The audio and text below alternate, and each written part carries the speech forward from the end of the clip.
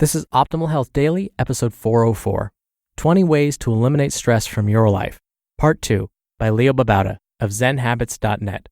And I'm Dr. Neil, your very own personal narrator. Hey, happy first day of February. Welcome to a Thursday edition of Optimal Health Daily.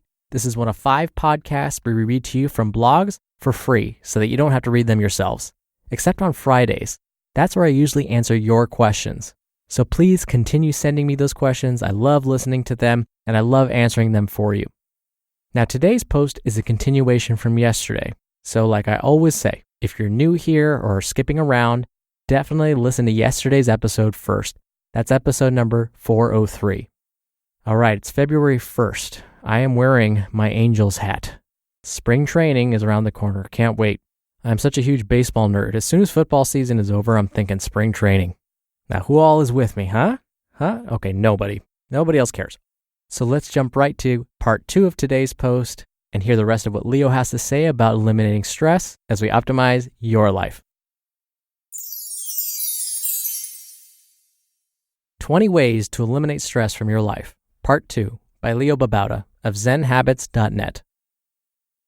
7. Multitasking. Having multiple tasks going on at the same time might seem productive, but in actuality, it slows us down from actually focusing on a task and completing it, and it stresses us out in the meantime. Learn to single task. 8. Eliminate energy drains. If you've analyzed your life in step 1 and found things that stress you out, you might also have noticed things that drain your energy. Certain things in our lives just cause us to be more exhausted than others, with less value. So identify them and cut them out. You'll have much more energy and much less stress. Happiness ensues. 9.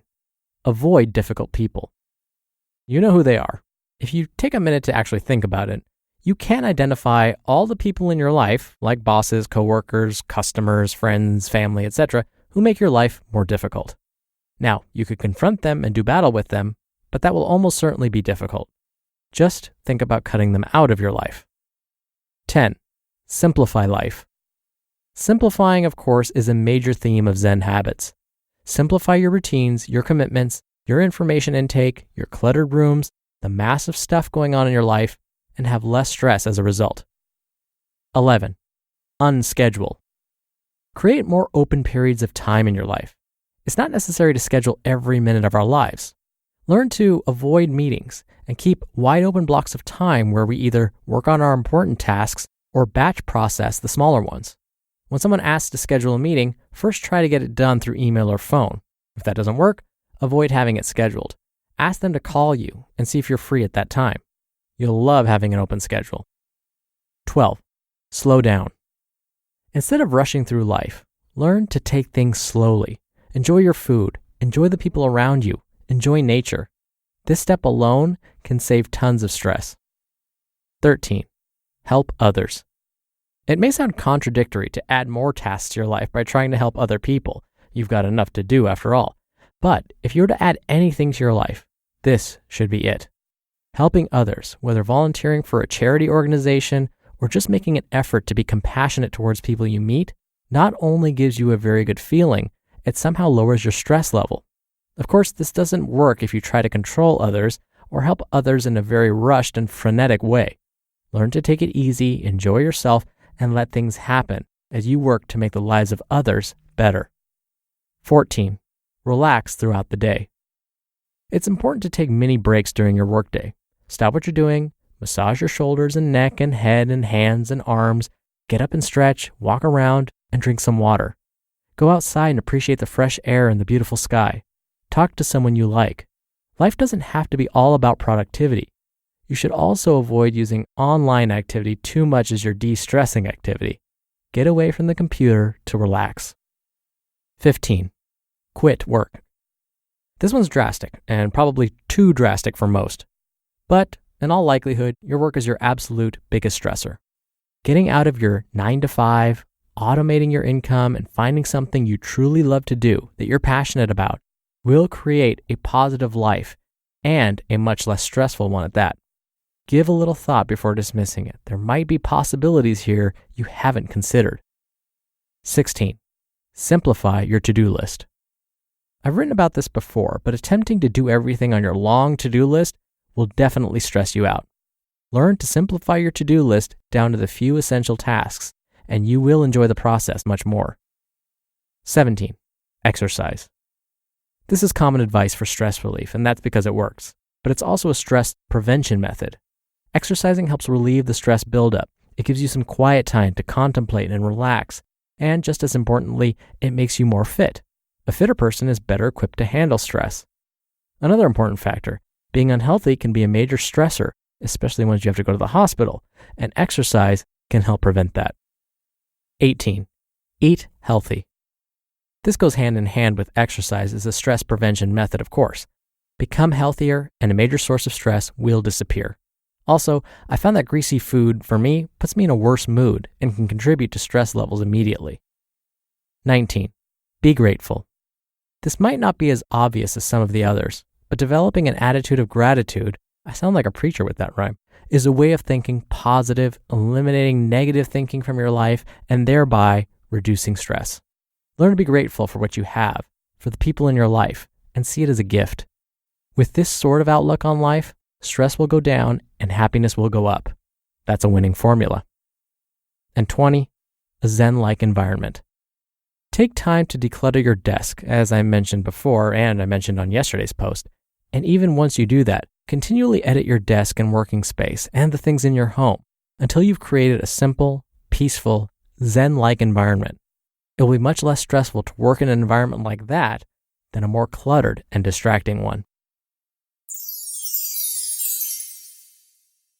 You just listened to part 2 of the post titled 20 Ways to Eliminate Stress from Your Life by Leo Babauta of ZenHabits.net. So if you listened to yesterday and today's episodes, you just heard 20 bits of information to help you de-stress your lives. Now, like I said yesterday, just listening to all 20 of these might make you feel more stressed, and I wouldn't blame you. There may be things that were listed that you're like, there's no way I could do that, or that doesn't sound interesting, or ain't nobody got time for that. Whatever it is, we probably have an excuse for why we can't do 19 out of 20 of these. But guess what? Maybe there's that one thing that you're willing to try. That's a step in the right direction. Try it. Don't feel like you have to do all 20 of these. This could be like your long-term, lifelong bucket list of ways to de-stress. And that's perfectly fine. Pick one that rang true for you. Pick one where you said, oh, I like that idea, and start there. Because as Leo mentioned, not every single one of these is practical for you. And the other thing I'll mention is number 13, helping others. What we're finding through a lot of good research is that we do in fact feel better when we help others.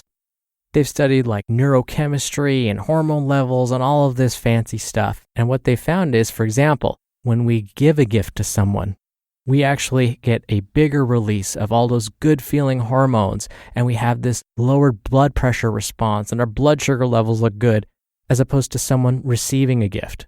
That's not to say receiving a gift is bad for our health, but we just tend to do better when we're the ones giving something. We're social beings, and when we make connections like that, it actually improves our health tremendously. So for me, I really love number 13. That rang true for me. That jumped out at me that maybe I could spend more time helping others. And that's probably why I keep doing this podcast. I'm getting this release of good feeling hormones because I feel like I'm helping people. A little humble brag there, I know, but I just had to say that. All right, before I go, really quickly, if you want to help keep our podcasts alive and help us continue to help people, we have many different ways you can help, both financial and otherwise. So speaking of helping others, come check out oldpodcast.com/support to see how. Anything listed there would be a great help. All right, that's it for today's episode. Thank you for listening. Thank you for being a subscriber. Have a great rest of your Thursday. I'll be back here tomorrow for another Q&A episode, so keep sending in those questions. And where your optimal life awaits. Hello, Life Optimizer. This is Justin Malik, creator and producer of this show and Optimal Living Daily, the brother podcast of this one. Literally, I'm Dr. Neil's brother. If you like the format of this show, you'll love Optimal Living Daily too, where I also read to you from blogs, but cover other topics like personal development, finance, and minimalism from bloggers like Derek Sivers, The Minimalists, Zen Habits, and many more. So for more amazing content read to you for free, come subscribe to Optimal Living Daily too, and together we'll optimize your life. You've been listening to Optimal Health Daily. Be sure to hit the subscribe button to stay up to date on each new episode, and head to oldpodcast.com. That's oldpodcast.com for a free gift, as well as more actionable tips and resources to help you maximize your potential. Thanks for joining us, and remember, your optimal life awaits.